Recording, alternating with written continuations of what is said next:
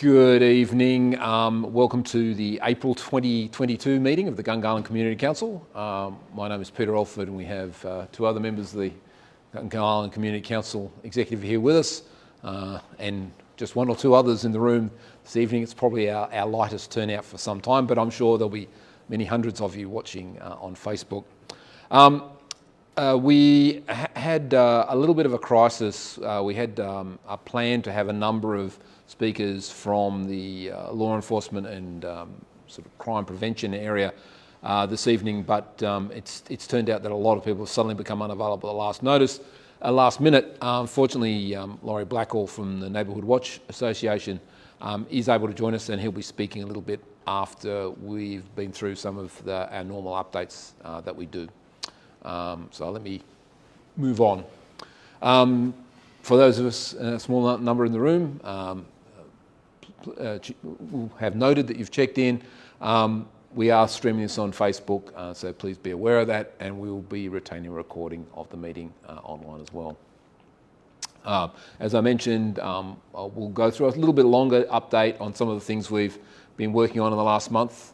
It's always a bit sobering at the end of a month to suddenly go back and see what has been going on, and it's quite a lot. And then, as I mentioned, Laurie will give us a bit of an update on where Neighbourhood Watch is going in Canberra and hopefully specifically in Gungahlin. The biggest news, going off camera and coming back on camera, is the latest edition of our newsletter. As usual, this is available online on our website, but we've taken some efforts to try and get it out and about a bit more. And we've made available a hard copy in those little stands that you find magazines in shopping centres. And Kevin Cox, our editor, has got them in at the Gungahlin Marketplace, the G, the Casey Market Town, and near the Woolworths at Franklin.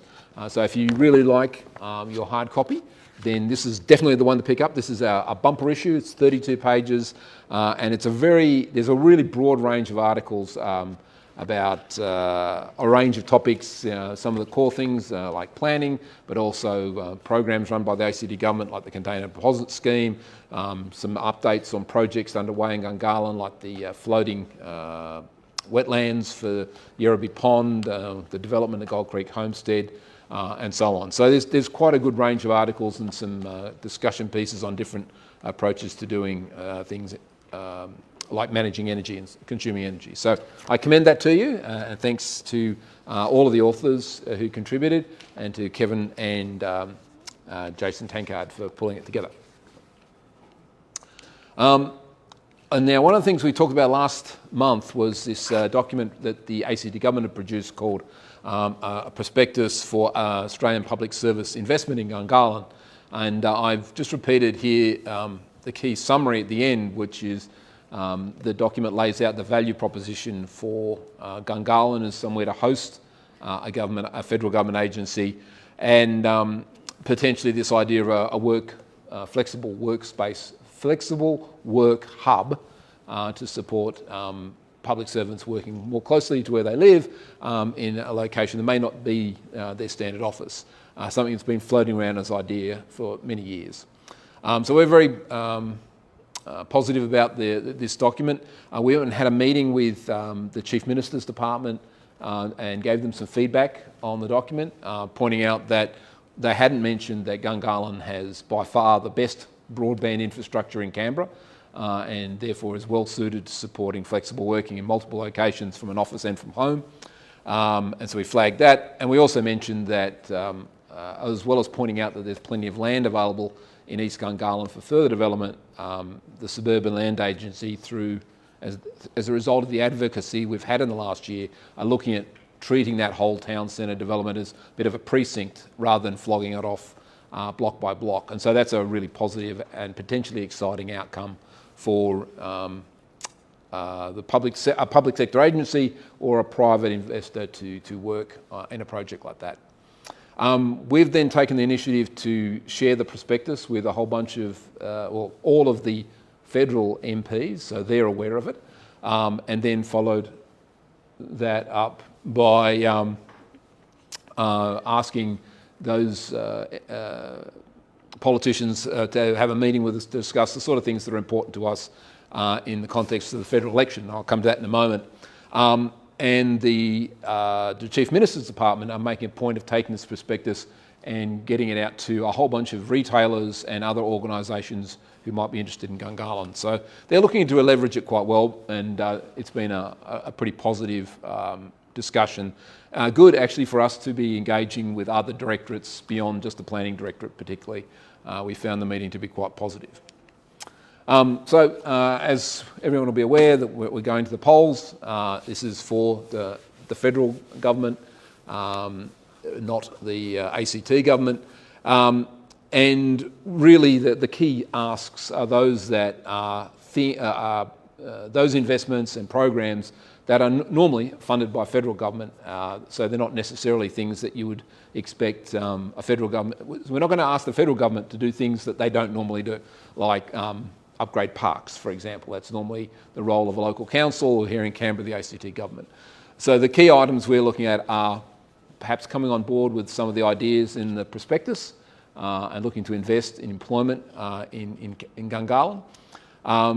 Looking at ways to address further upgrades for the Barton Highway, and in particular the roundabout, ideally with a flyover or an overpass type of arrangement.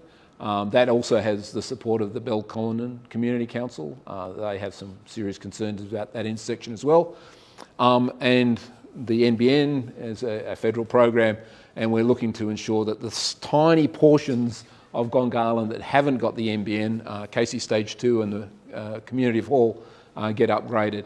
But more generally, all the community councils are pushing to see the generally poor quality broadband we have from the NBN in Canberra improved.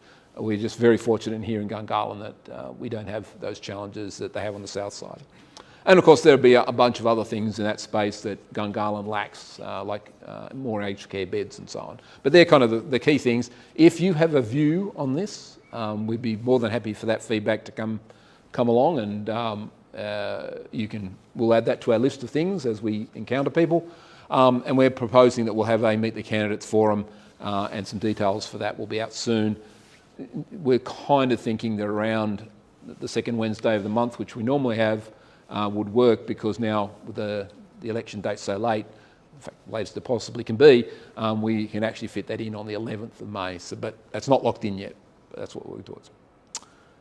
So any feedback on that would be very much appreciated.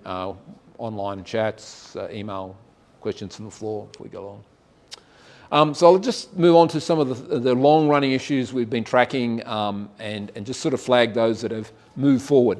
So most of you will be familiar with the Casey Market Town, the development and the opportunity to develop the blocks of land across Kingsland Parade from the Casey Market Town, shown here in the yellow. This is Horse Park Drive, and this is Clary Hermes Drive. These sites were originally going to have quite a significant community component. Back in the dawn of time, it was going to be lawn bowls clubs. Now that idea has been certainly set aside, but a lot of the indications from government have suggested that the amount of community facilities that might make up these sites would be much less, and there would be a bigger focus on more residential development.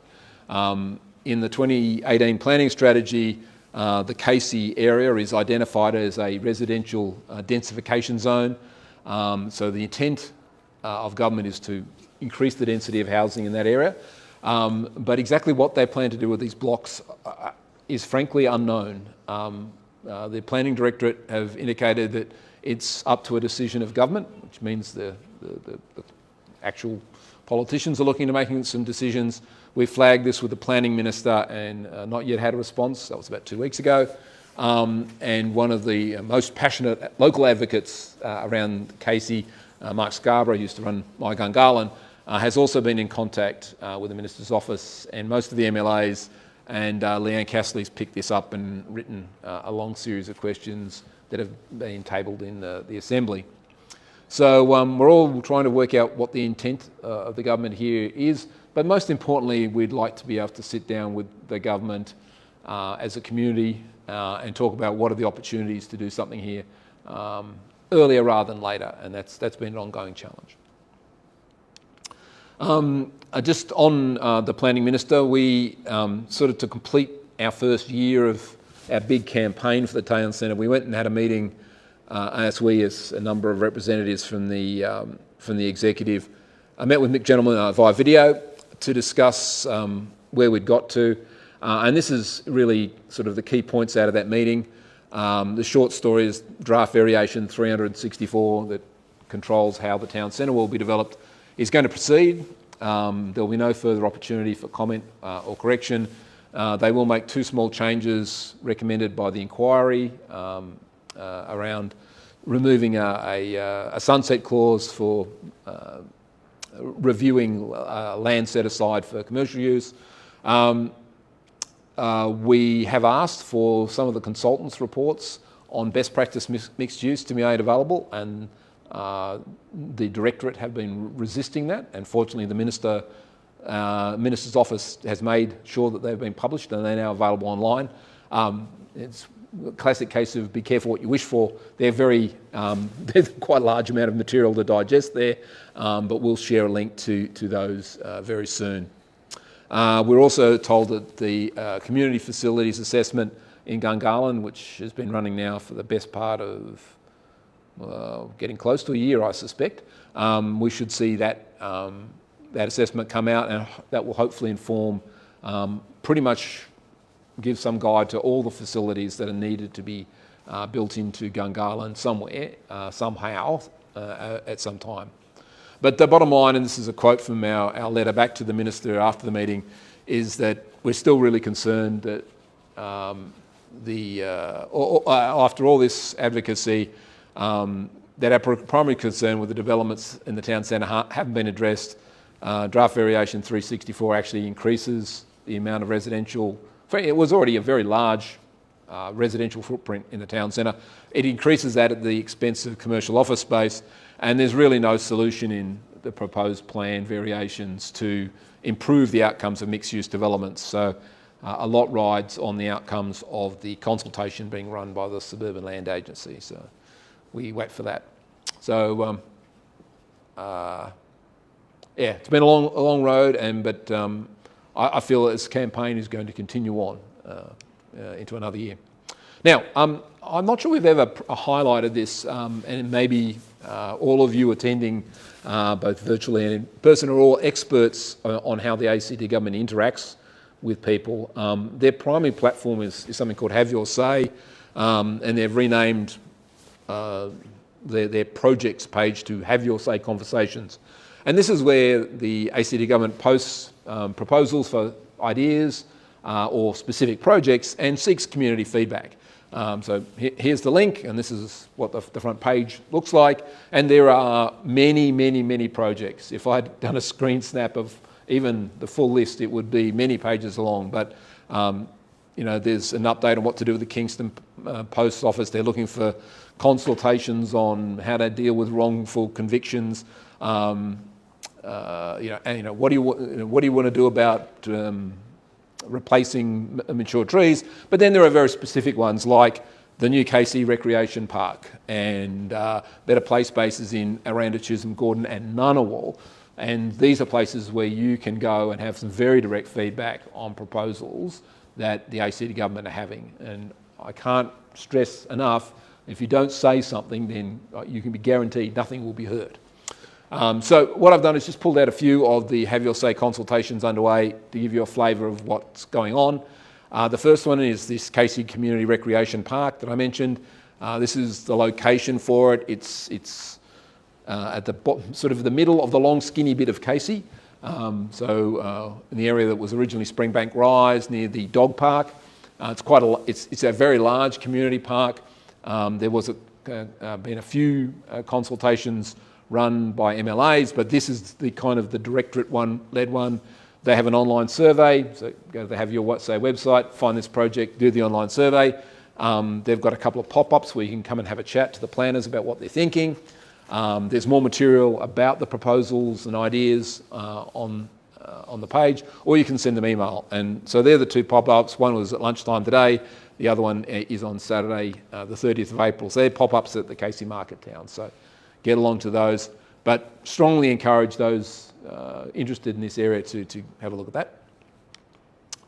I also mentioned that one of the programs is this Better Play Spaces, and one of the suburbs getting an upgrade is for their play spaces is Ngunnawal. So what they've done is they've gone and looked at all of the parks that are in Ngunnawal, and they're shown on this map that I've grabbed from the site, and they've done an analysis and decided that the park that they'll upgrade is the one on Barramara Avenue. The two preferred sites were the Barramara Avenue one and the one down near Jabbanunga. That's near where the Ngunnawal shops are. But they're going with the one at Barramara, and on this Have Your Say project page, there are the details of how they came to that decision. I personally kind of don't get why they chose it, but that's the analysis there. There was a pop-up there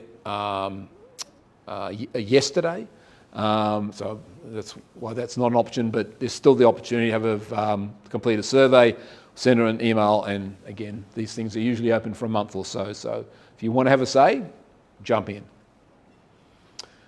So the two examples of good local projects. The last one I wanted to flag is something that's a whole of Canberra project, and we have mentioned this before.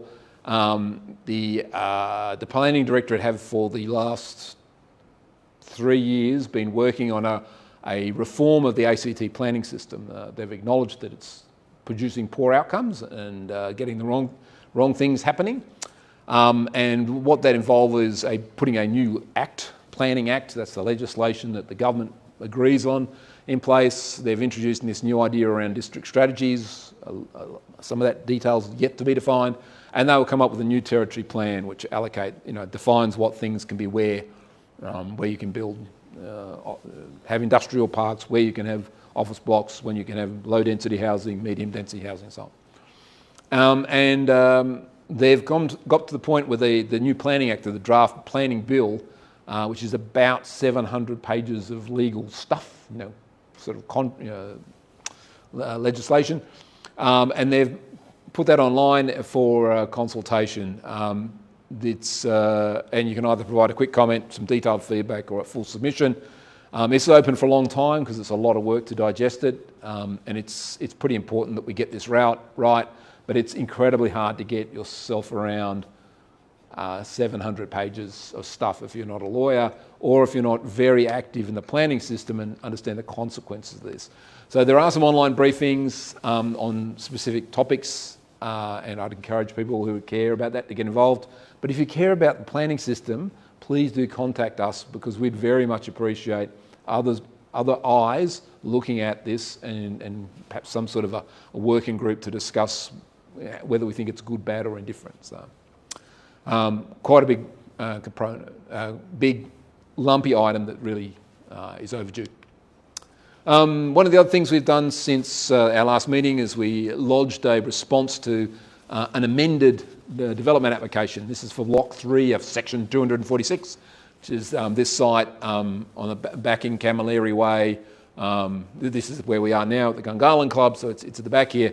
The history of this is 2 years ago. It was the first development application on this site was for residential units with a ground floor that could be a place of worship.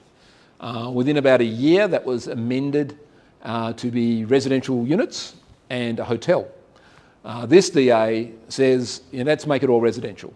There'd be nothing on the ground floor that'd be contributing back to the town centre. So the Community Council, being consistent with our position, lodged a representation and just says it's ridiculous that you're removing all of your commercial tenancies from the development. Clearly, it's going the opposite direction to producing a good mixed-use outcome. And the fact that they've sort of crept up on this by incrementally changing what they're proposing to do is something that happens all over Canberra, where the developer changes something and changes another thing, and before you know it, you seem to have got a long way from the original goal. And it seems to be completely at odds with the thrust of a lot of the recommendations in the DV364 inquiry. So these things keep popping up. That's another thing to keep track of, is trying to keep an eye on the development applications as they appear. Just quickly, tomorrow we're a small delegation of us are off to see the Minister for Health to talk about the status of the Northside Hospital project. The ACT government's looking at what they intend to do with Calvary, whether it's to spend more money there or go to a new site. And our opening position is it would be great if that was in Gungahlin or very near Gungahlin to support our community. But there's very little information about what's going on, so we wrote to the Minister to say what's going on. She said, come and talk to us. So we are.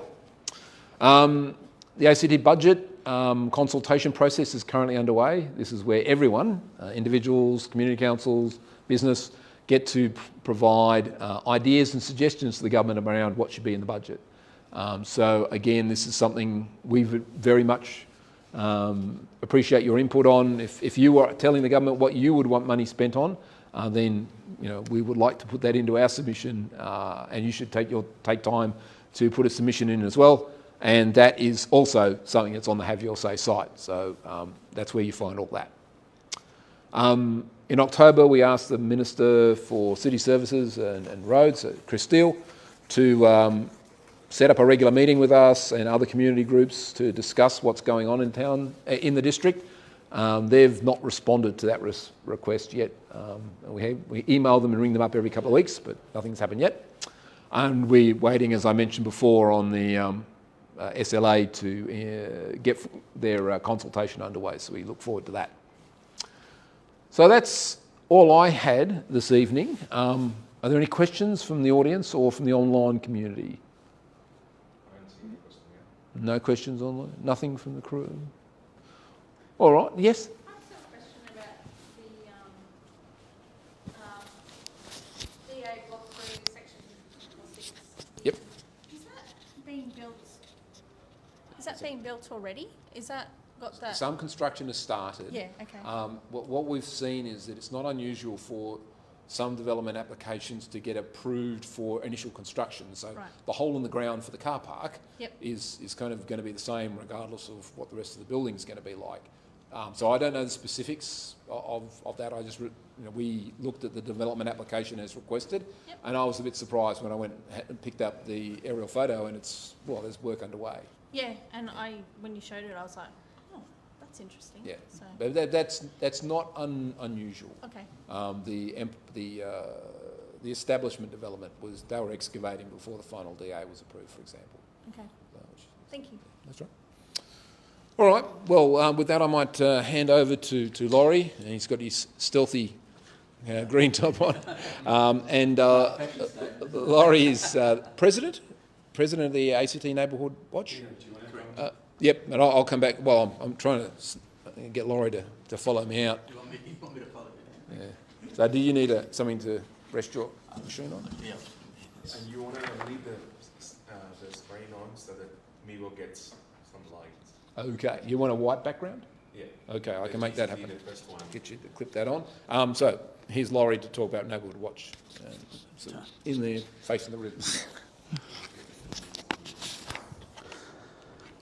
Okay.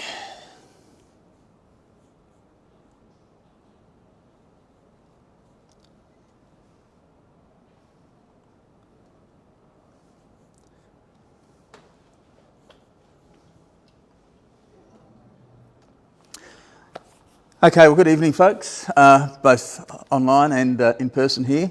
Thanks very much for the opportunity to come and have a chat to you this evening. I did actually, I think, address the Gungahlin Community Council probably about 18 months ago. I'd been in the chair, in the President's Chair of Neighbourhood Watch for all of about a week, I think, at the time that I gave that first presentation. So things have moved on a little bit since I took over, and I'd like to talk a little bit about where we're going. Talk a little bit about what Neighbourhood Watch is for those that actually haven't had any exposure to it in the past. But also I'll give you a little bit of an insight from our perspective of what's happening around the Gungahlin community, around what neighbourhood safety and security. Okay, firstly, what is Neighbourhood Watch? Well, Neighbourhood Watch is a community-led organisation. We are 100% volunteer. We have no paid staff whatsoever, so anybody that wears a Neighbourhood Watch shirt or attends and officiates at Neighbourhood Watch's functions and events are all volunteers, so they're all giving their time of their own free time, of their own free will.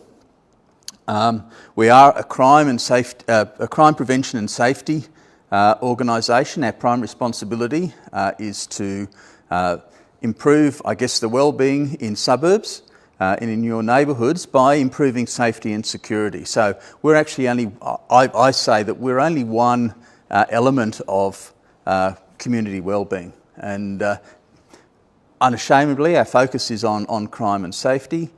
We are funded predominantly through ACT government, through a grant that's provided through ACT Policing each year.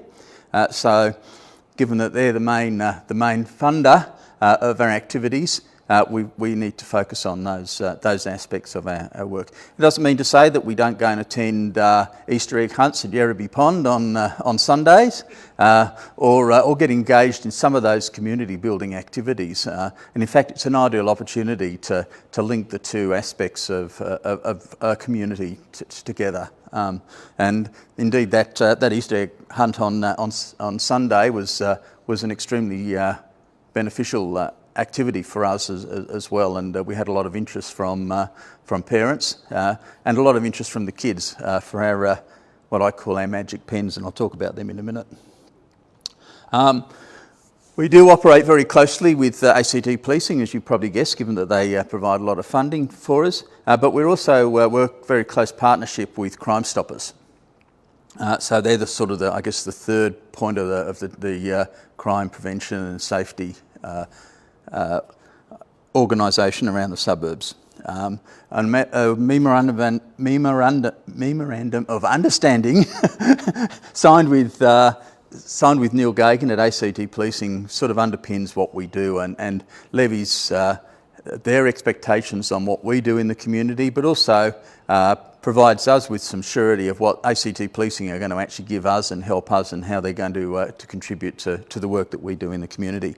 And we do have a very strong working relationship with ACT Policing. I do talk to Neil Gagan on a fairly regular basis when he's not out trying to deal with protesters and the like. We are an incorporated not-for-profit organisation, and we are a registered charity. So we get all the benefits of being a charity.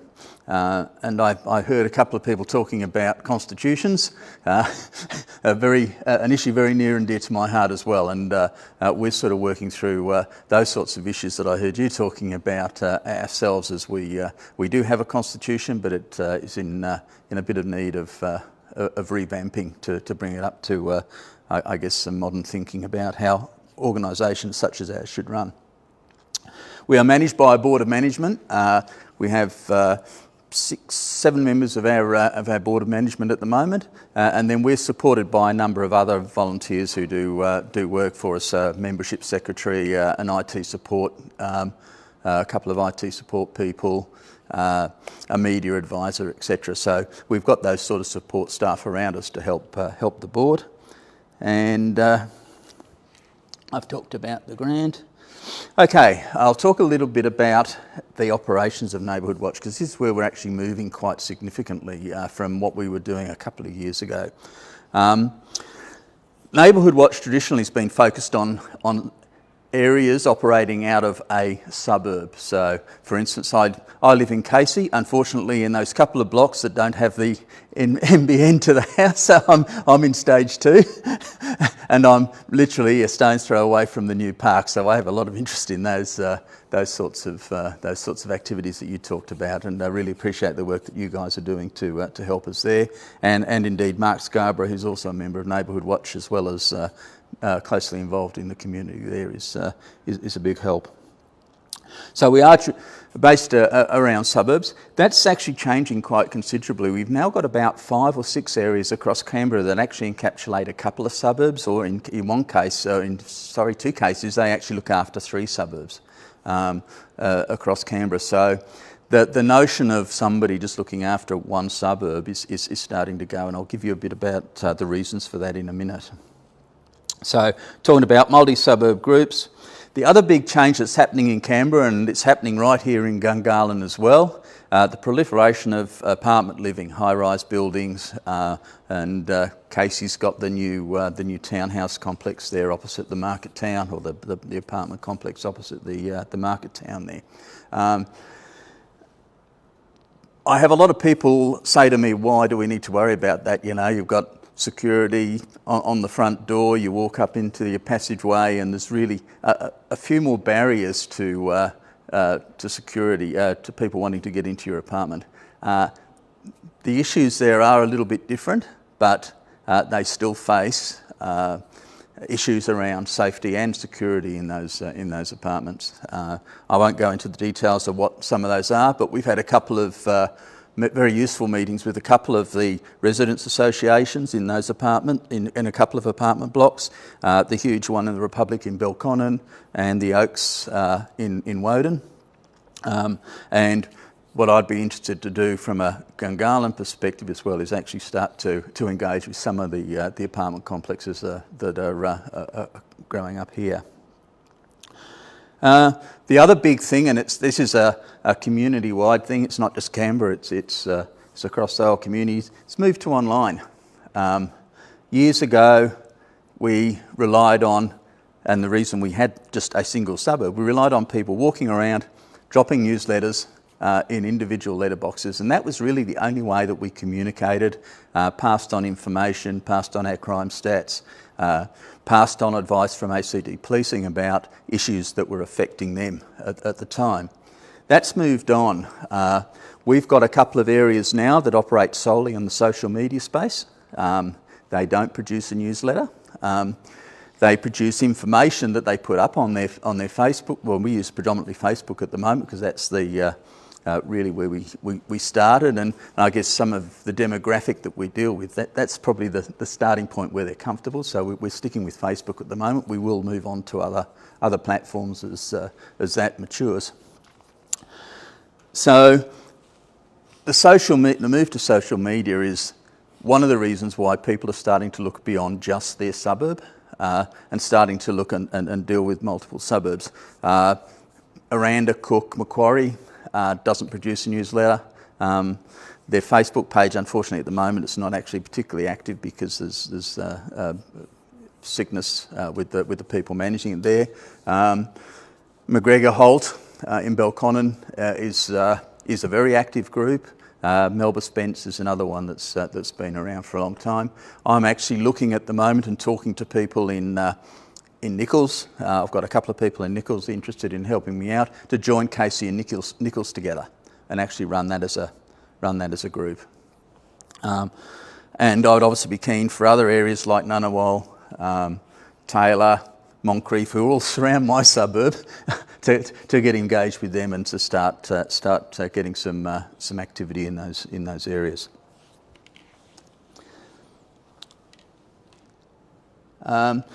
That's not to say that newsletters aren't still relevant. We still do have some areas who that's their only means of communication. I'm trying to encourage them to branch out a little bit. Again, it's getting people that have the confidence and the skills and the knowledge to actually branch out and start using social media in their areas, and that's not a quick process in some cases. But we have 15 Neighbourhood Watch areas now who have their own Facebook accounts. We have a Neighbourhood Watch ACT Facebook account, which has, at the moment, I think it's about 1,500 members, but it's growing literally daily. So, the other thing that we've done, and people sort of look at me a bit strangely here, I think the webpage, or our webpage, is actually still a very strong mechanism to get information out there. Most people have got access to the internet and ergo email and a browser to be able to search. So we've just refreshed our webpage and made it much more dynamic, much more useful in terms of providing information both on what we're doing, what's happening out in the suburbs, news, and also points of contact, and be able to provide us back some feedback, which we haven't had that opportunity in the past. Okay, just a bit of an ad. Crime prevention is everybody's responsibility, and this is sort of a message that some people say, well, what can I do? You can communicate with your neighbours regularly. Just be a friendly face. Say hello when you walk past, and just keep an eye on them. Make sure they're safe. And if people are going away, encourage them. Say, listen, I'm going away for a couple of weeks. Can you just keep an eye on the place? Can you just bring put the bins out on a Wednesday, bring them in, or just check the mail? I cite a story, and this one was one that up in Brisbane, but not here, but up in Brisbane, neighbours of friends of ours went away for a couple of, I think it was about 8 weeks. They went overseas. Halfway through their time away, removal truck backed up to the house. They cleaned the house out, literally. They literally cleaned the house out. And when the people got back, a friend said, well, that's a bit rude, not telling us you were moving. I said, we're not moving, we're not going anywhere. Of course, they walked in, their house was empty. True story. So if they'd have sort of known and talked to their neighbours and said, listen, we're going away for 8 weeks, and can you just keep an eye on the place? Removal truck moves up. Something's a little bit amiss here, I think.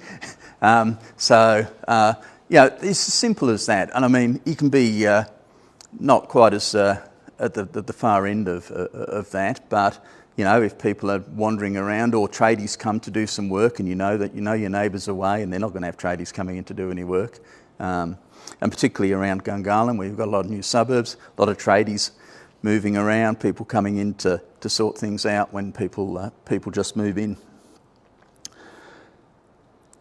Take the time to just have a look at your house and your surroundings and your home. Just think about, what can I do to improve safety. Big issue at the moment. I'll talk about crime stats in just a minute. There has been a huge spike in the last month in number plate thefts. And the reason for that is new cars are not easy to steal. You need the fob. You can't. It's almost impossible to jumpstart a modern car. So, come home from work, drop the key on the table, go off, head off to bed, key sitting there. All someone that wants to get access to your vehicle needs to do is to actually get through your front door. They know exactly where to find it. It's going to be on the bench, or it's going to be on the table next to the front door. The other thing is those little cards that you get. Most cars these days come with a little card as well as your key that allows you to start the car. Don't leave it in your pack in the glove box of your car. You'd be surprised. I see someone there having a bit of a laugh. That is one of the most common means of stealing cars these days. So just think about those sorts of things. If Claire was here, and unfortunately she's not able to make it tonight, she tells her, she basically says, when you go to bed at night and you're going to take your wife or your husband to bed, take your keys with you as well. I talked about magic pens, marked property for identification. You may see any event we go to, we've got a stack of what we call, I call them magic pens, the ultraviolet pens. They allow you to mark your valuables, your phones, your laptops, bikes, tools, anything that's valuable to you. Use your unique number, your driver's licence number, social security number, whatever. With that pen, it can't be seen. It's not going to deface your property or decrease the value. Days old, we used to use an engraver, and if you slipped, you put a great big thing through the back of your TV. Now we just use an ultraviolet pen. Can only be seen under a UV light. Very effective at getting your goods back. The police, if they recover stolen goods, they will scan it with a UV light. All pawnbrokers in Canberra do scan property if they think it's a bit sus, or it's something that's likely to be a bit sus, and they provide regular reports to the police each week on goods that have been received, and if anything comes up with a scan on it, they'll ring the police and say, listen, we've got something here, has it been reported? So they're available at say at any events that we come to, and if people want access, if people want to get one and they haven't got one, then they can just pick up the phone, ring the number on the web page, or just send an email, and we'll arrange to get one to you. That's one of the most valuable services I think that we offer. And the other thing that we encourage people to do, please report. No matter how minor or insignificant you think it might be, if it looks suspicious to you, it probably is suspicious. And bring it in to Crime Stoppers if it's just something you're observing. If you're seeing a crime a criminal act in progress at the time, then obviously you ring police on 13 14 44. But if you hear something in the, you say, oh, I heard something a bit strange the other day. I heard a couple of blokes talking about, the bank down the road, and they were sort of having a bit of a, just ring it in and just let them know. And hooning, car hooning, graffiti, they're all crimes, and particularly graffiti. Police keep a library of what they call tags, and so they can sort of trace where groups and gangs are sort of operating at the time. Hooning, again, this is a real live example. A particular suburb down south of Canberra was having problems with hooning down their neighbourhood street. They started to report it, and they started to build up a picture, and they started to realise that it was all happening within a 1 or 2 hour time block every time it happened. When schools were out, it didn't happen. And so they built up a picture, and the police actually targeted that area in that particular block of time, and they actually ended up getting the culprit. So again, every little bit of information helps build up a picture and allows our police to actually put their resources, and we all admit they're pretty scarce resources and they're stretched to the limit at times, but it allows them to target those activities with the limited resources that they've got.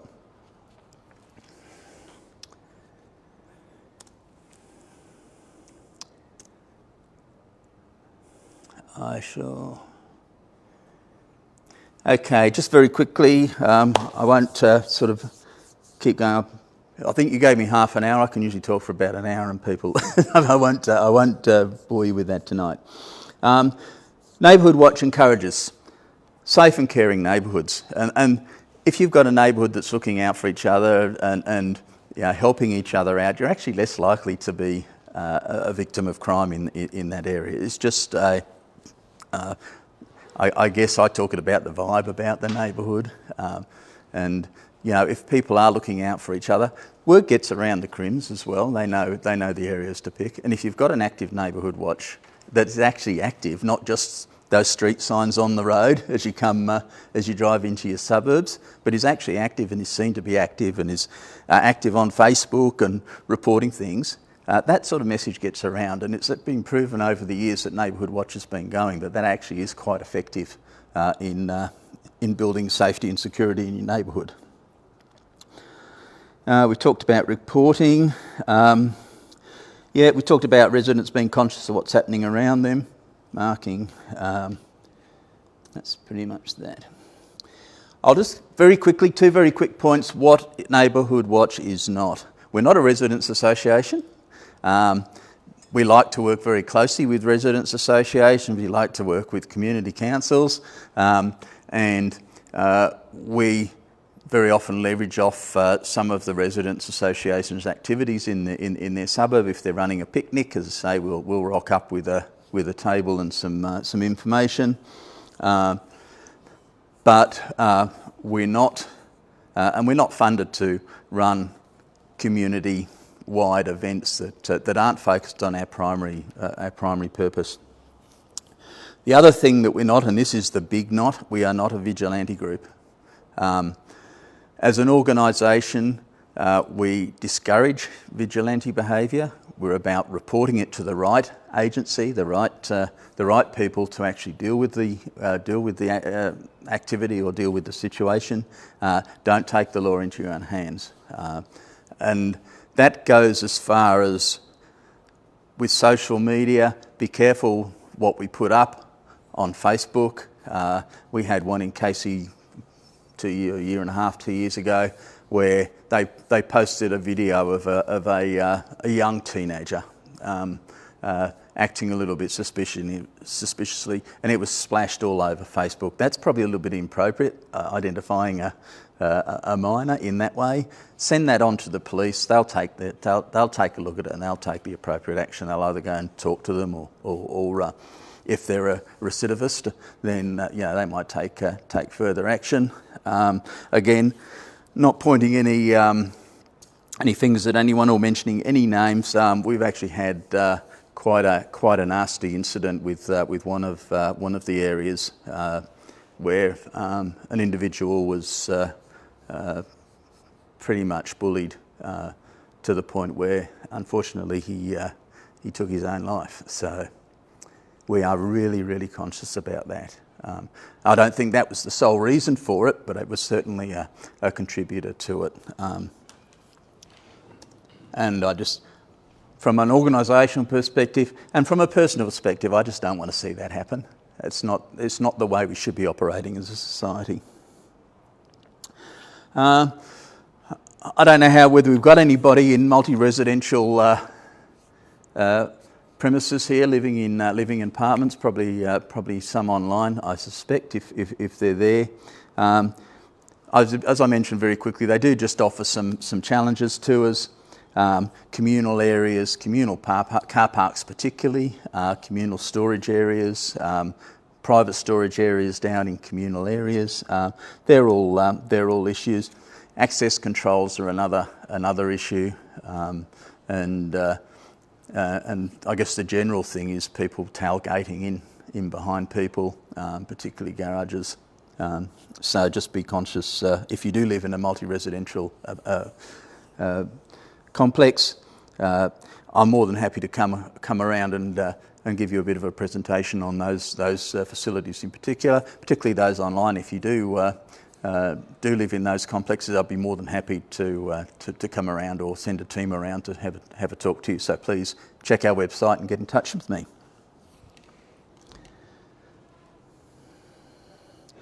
The other big thing in residential sites is churn. The Republic apartments in Belconnen, they don't make any secret of it. At the end of the day, there's about 5,000 residents in that complex. At least there will be when it's finished. That's a suburb. That's bigger than some of the suburbs. When I spoke to them last, over 60% of the units in that complex were either Airbnb or on short-term rental. So, because they're close to the university students are coming and going. So, someone that's coming in, you see them coming in and going into an apartment one day. They've moved out the next day and someone else is coming in, so you don't get to know your neighbours. So that's a big issue. And it's a bit of an issue around the suburbs now as well with some of the group houses. I've sort of noticed that where I am in Casey, the cars out the front change quite regularly, and I take a little bit of interest until I sort of monitor and make sure that things aren't going amiss there.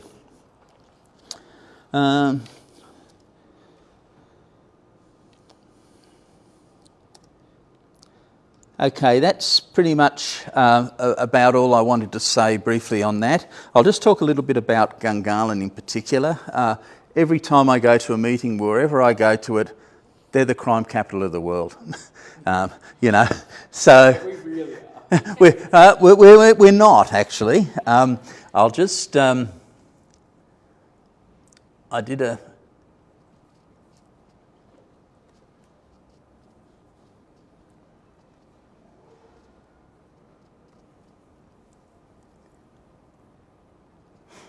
Unfortunately, oh yeah, there we go. Okay, I just did a quick analysis of the crime stats over the last couple of months.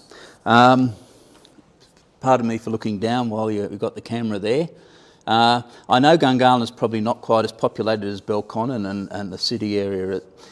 I don't know that. You'd probably be able to tell me as much about that. Last month, Belconnen recorded had 248 instances of crime reported to police. City had just under 300, and Gungahlin had 140. So about half of what was reported out of those other two areas. There are some outstanding ones in each of those areas, and unfortunately Casey's one of those that stood out in the last couple of months, and Harrison, Franklin around that area has been a bit of an issue as well. But generally we actually do pretty well. I've mentioned number plate thefts. Casey last month had 5 number plate thefts. In the previous 12 months we'd had 3. So in 1 month we'd had 5. And that's same. Ngunnawal was the same. They had, I think, about 6 or 7 during the last month. The rest of Gungahlin, there wasn't actually a lot of number plate theft going on, so they were obviously targeting those two suburbs. I understand, talking to my mate at the OIC at the Belconnen station, that they've actually apprehended someone in relation to some of those activities. So we're actually not doing too bad. Of course, as I said, if something happens to you, if someone breaks into your car or breaks into your house, that personally is quite disturbing and can be quite confronting. And we understand that. And I don't want to make light of those sorts of issues, but I think generally overall, we're actually not doing too bad. I'll open up to questions now if anyone's got some questions, rather than keep sprouting on up here. You mentioned residents associations, and I'm just curious how you interact with them, what residents associations can do to help. Anything else about that? Yeah, well, I always, and I don't know if there's anyone here from Ford. Ford used to have a bit of a resident association. I think the people that are running that have actually since moved from the suburb or dropped out of a bit, as people do. You know, you can do it for so long, and then you get a little bit jaded. But just engage, you know, to work with them at their events, to have a presence with their events. Casey has 2 Facebook pages. We have a Casey North Side of Canberra Facebook page, which is the community page, and we also now have a Neighbourhood Watch page, which unfortunately dropped off for a little bit, but now I'm reviving. We had a person that was managing it, unfortunately couldn't carry on. So, but they work pretty well together. I mean, stuff gets shared between the two. Ours is obviously predominantly focused on safety, security, and those sort of activities that are going on around the suburb. But the community Facebook page covers a whole vast range of things, and we keep an eye on that as well. As do ACT Policing, believe it or not. I mean, they keep an eye on all of those pages because it's a good source of information for them. Yeah, certainly, I had a question, Laurie. What's the coverage of Neighbourhood Watch activity across all suburbs? Do we have in Gungahlin, 10% of our suburbs covered, or 90% of our suburbs covered, or? It's probably falls somewhere in between. It's probably down around about 30% at the moment. Okay. We've got sort of the active area, as far as I can call them that, are Casey, Throsby, Moncrief, Harrison, Franklin, sort of. We've got someone just keeping an eye on that at the moment because the area coordinator is not able to to put much time into that. Yeah, so that's it. As I say, I've got a lot of interest from Nichols, so that will be coming on, and we'll make that as a joint one. So the big areas that I really want to hit back on are Ngunnawal and Palmerston. They're the 2 areas that had really active neighbourhood watches a few years ago, and again, they're just because people have moved on, they've sort of died. But I'm hopeful now that we're getting out there a little bit more online. We're getting more visibility that perhaps having an active area is not so important, as opposed to are we getting those neighbourhoods engaging with our Facebook and with our webpage and things like that. And, they're good points, because some of the community suburb-based Facebook groups are actually pretty full of crime and prevention stuff. I've seen this person, a lot of security camera kind of stuff. So, yeah. Another question? Yep. Well, just for... Oh, sorry. Go ahead.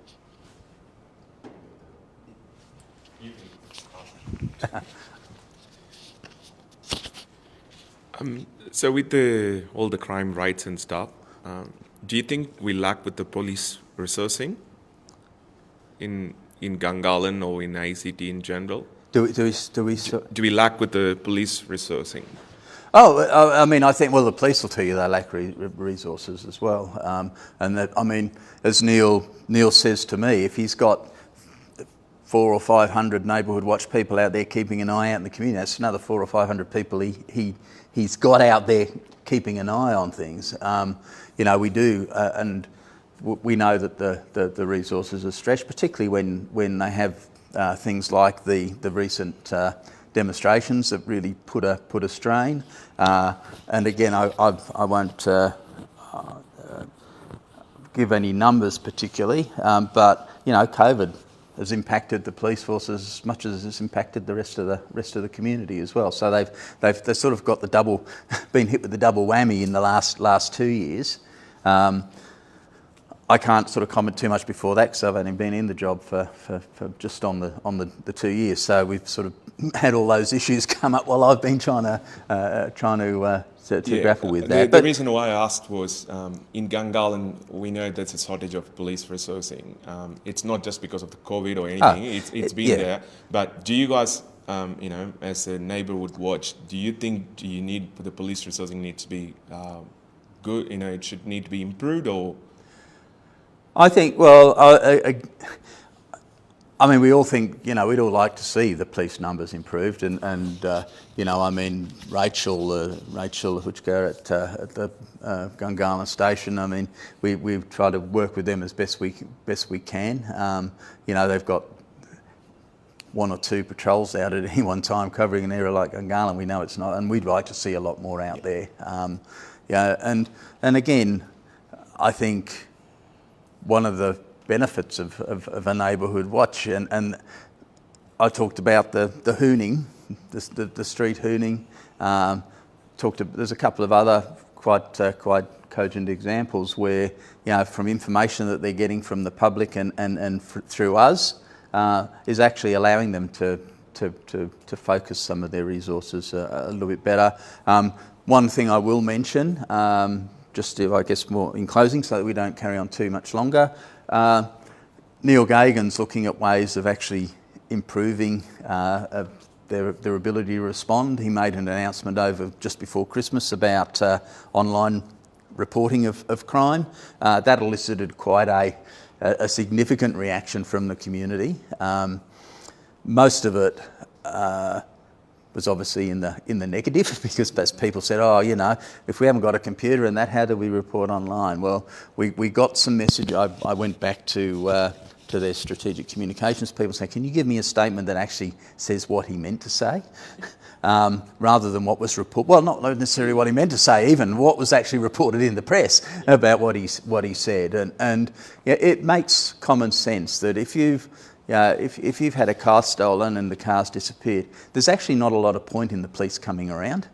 There's nothing they can do. There's no forensic evidence that's likely to be left, or, you know, you don't know whether it was taken, you know, if you've been at work all day, or, you know. So, you know, be able to report those things without tying up the response lines is going to help ease the burden. It's not the only way of reporting. The old ways, 13, 14, 44 is going to still be there. 000 is going to still be there. 1-800 333 000 from Crime Stoppers is still going to be there. So it's not going to. It's just another way. And again, we talked about people getting online. Some people prefer to do it that way. I mean, you report a car accident online. Now, if there's no injuries, the same sort of thing. But it's a little bit of, if you feel uncomfortable, we've had a couple of older people say, well, I don't feel comfortable now that I feel unsafe in my suburb because I've got to report online. Well, no, you don't. You still got access. And in fact, it's going to improve the response because there's not going to be so many people tying up those lines. Yep. 2 questions. Yep. So I'll do the first one first. So anyone listening online, what do they do in order to say that they are interested in helping out with Neighbourhood Watch? Sure. Okay. Well, there's quite a bit of information on our new website. and I encourage you to have a look on there. Certainly about what Neighbourhood Watch is about and what you can do, what sort of things we do, and you'll get a flavour from what our activities are. One of the big innovations from the new website is you can actually apply online. So you can fill the form out online and hit submit, and that'll go straight through to our membership secretary. So, what are the sorts of things that they have to do, or not have to do, but what are the sorts of things that the job entails? oh, okay. Look out for your neighbours. I'm serious. It's in the old construct, when I joined Neighbourhood Watch back in 1989. In those days, our job was literally to distribute newsletters, most of which was written by ACT Policing. So you were really just their postmen, and knocking on people's doors and offering to do an assessment of their house and how to make their place safe. That's largely gone away. We don't do it. Well, in fact, I've never been asked to do that since I came back into the organisation four years ago now. But if people joined up and they wanted to run an area, they had to form a committee, they had to set up a bank account, they had to run regular meetings, they had to have an AGM each year. And I basically want to get rid of that because I think most people are sick of doing that at work. They're sitting in the office, they're the old public service thing of managing by committee. It's not really relevant in a connected world. You don't really need that. If people have got certain skills that they like to, they're on social media and they'd like to sort of run a Facebook page in their suburb, that's probably actually the most active thing you can do that actually really helps. Right. The other part of it is just being an advocate for Neighbourhood Watch and say, listen, I'm part of Neighbourhood Watch. This is what we're about. Why don't we get together as a street and look after each other? And the second question was, there's a lot more of the surveillance cameras and things around. Is there any attempt to coordinate all those? Interesting question and a good question. We actually had a discussion with the OIC at Belconnen Station towards the end of last year, and it was raised by a couple of areas. What would ACT Policing think about us actually assisting with a registry of CCTV in your area? And they were very interested in having a look at that as a concept, and I'm sort of quite interested to pursue that. I have a few things I need to get done before I think we can do that and make a good fist of it. But it's certainly been talked about, and it's certainly something that the police would value. In that, if anything happens, that they know that who they can go to. They can say, well, we know there's CCTV cameras there, and there's not. My neighbour saw a fox. Recorded a fox. Long as it was the four-legged kind and not. And I mean, they're an extremely useful resource. You've just got to be careful when you post them on social media that people do go a little bit, as I say, a little bit overboard with it and perhaps go share too much information. To say, listen, this person's going around trying car doors is fine, but then to start saying, well, I know who it is and this is where he lives is not fine.